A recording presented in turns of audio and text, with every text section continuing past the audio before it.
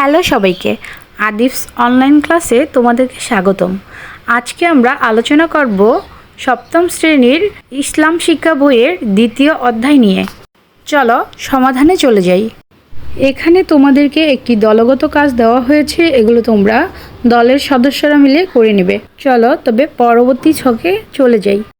এখানে তোমাদেরকে আরও একটি দলগত কাজ দেওয়া হয়েছে, যেখানে দল এবং দলের বক্তব্য দেওয়া হয়েছে, যেগুলো তোমরা ভালোভাবে শিখে নিবে। চলো আমরা পরের ছকে চলে যাই।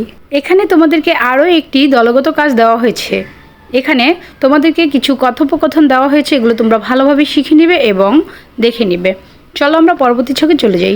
এখানে তোমাদেরকে একটি পোস্টার দেওয়া হয়েছে, এগুলো তোমরা দলের সদস্যদেরকে নিয়ে কমপ্লিট করে নিবে। চলো আমরা পরবর্তী ছকে চলে যাই।